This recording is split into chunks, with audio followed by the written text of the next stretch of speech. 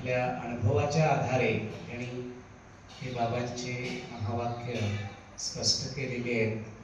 त्यांना 10 वाजता सांगावला जायचे. सांगाव हायस्कूलमध्ये त्यांचा एक कार्यक्रम आहे आणि इथं आता जनता हायस्कूलमध्ये 1 तास त्यांचं मुलांच्या समोर व्याख्यान झालेलं होतं.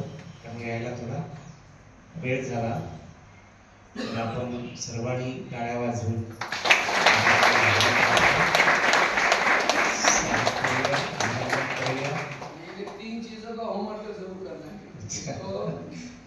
अच्छी करना है। क्लास के पहले सभी को योग करना है और साथ में मुरली यहाँ सुनना है। आजकल कईयों को ऑनलाइन में सुनने की माया लगी है, तो ऑनलाइन में सुनेंगे, पूजा ऑनलाइन से हो जाएगी और माया आजकल यूट्यूब फेसबुक में होती है। इसलिए ये 3 चीजें परफेक्ट करेंगे तो सब आपका पॉजिटिव बन जाएगा। भगवान भाईंचं एक वैशिष्ट्य आहे, भगवान भाई नॉन स्टॉप बोलतात.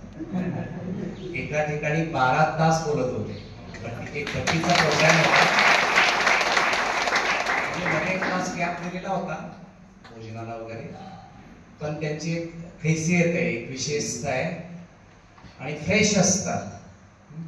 सकाळपासून सायंकाळपर्यंत खाण्यापिण्याकडे पण काही तुम्ही द्याल न द्याल काय म्हणजे असं काय हे नाही आहे, पण बाबांचं ज्ञान इतरांना सांगावं, लोकांना सांगावं. म्हणजे बीकेनाच असं नाही, पण सगळे नॉन बीके बाहेरच्या लोकांना सुद्धा आणि सांगण्याची खूप कला आहे. आता ही कला का अवगत झाली असेल, पण एवढं सांगणं तेवढ्यासाठी काय पाहिजे, ज्ञानाचं मनन चिंतन खाते पाहिजे ना. आता आपण बोलायला लागला तर किती वेळ बोलू, 5-10 मिनिटं बोलू. 10 मिनिटानंतर काय होते, आपलं सगळं मटेरियल ओम शांती म्हणतोय आपण,